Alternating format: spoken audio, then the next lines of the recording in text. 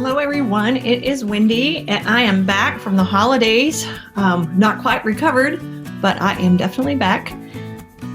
I wanted to have a conversation today about something that happens a lot to me, and I have been kind of spreading the word about when this happens, some of the things that you can do and ask yourself to get you through it. So that's a little cryptic, but what I tell people a lot of times, and it's really, really worked magic for me, is when I'm really angry or irritated or frustrated, I remember this phrase, and don't ask me where I heard it. I'll have to look it up, but it's anger is the bodyguard of fear. So anytime that you're feeling angry or frustrated, it's covering up a fear of yours. And this came up this holiday.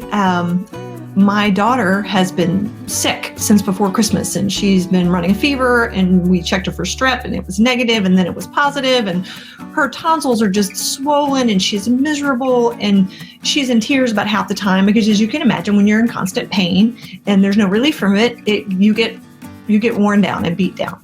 So I was handling it pretty well, I thought. And then a few days ago, I just was getting pissed and frustrated and angry. And I literally had to hold myself up in my office and just take a break. I told my husband, I was like, I can't deal with it. I'm getting fed up. I'm getting angry at her, and it's not her fault. And I get it. Anyway, I'm sure we've all been here. You know, you have patience as a parent, or as in any relationship, as a wife or a mother or a father or anything, you have patience, and then it hits a wall. Hi, Kelly. You hit a wall and you get frustrated, and my first knee-jerk reaction is just, I'm irritated and I'm tired or whatever. And then it occurred to me that part of the reason I was angry with her had nothing to, hi, Inger.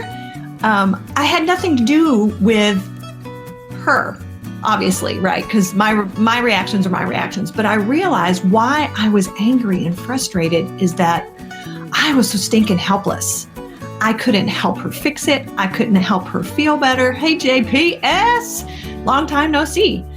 I couldn't help her fix it. So I was becoming angry, hi, April, because I felt small and helpless, and I couldn't ease her pain. You know, here I am, her mother, and she's looking to me to fix it. She's looking to me to make her feel better. And I have done everything. The doctors have done everything. And the bottom line is she feels like crap, and I can't do anything about it. And I realized why I was angry. Hey, Ann, why I was angry was it was my ego. I couldn't fix it. Hey, Kim. And I'm wondering if this happens with you guys, with your kids. So, and it maybe kids, it could be a friend, but when someone gets so unhappy, or they're in pain, or they're sick, and you really, really want to help them fix it, or you want to help ease their burden or ease their pain, and then you can't. When you get frustrated, it really has nothing to do with anger or fear. It's that fear being the bodyguard. Anger being the bodyguard of fear. And I realized that anger was covering up a deep feeling of helplessness and hopelessness as a parent. And if any of you guys are dealing with sick parents or sick kids, or loved ones that are really struggling, and you find yourself getting angry and frustrated, I'm wondering if you asked yourself, what am I really afraid of here?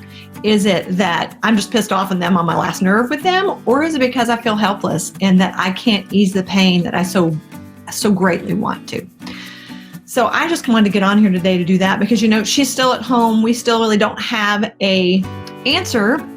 She feels like crap, and I have just had to learn to accept that she does, and then help her accept the fact that I wish I could fix it, but I just can't.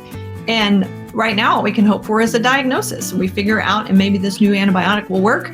But next time you're getting angry and frustrated, I don't care if it's in the car, at the store, with your spouse, with your parents, if you're getting really angry and frustrated, instead of kind of getting righteous about it and feeling like I have every right to get angry, if you really want to make a change to that particular trigger, ask yourself, what is this anger covering up? What fear is this anger masking to protect me?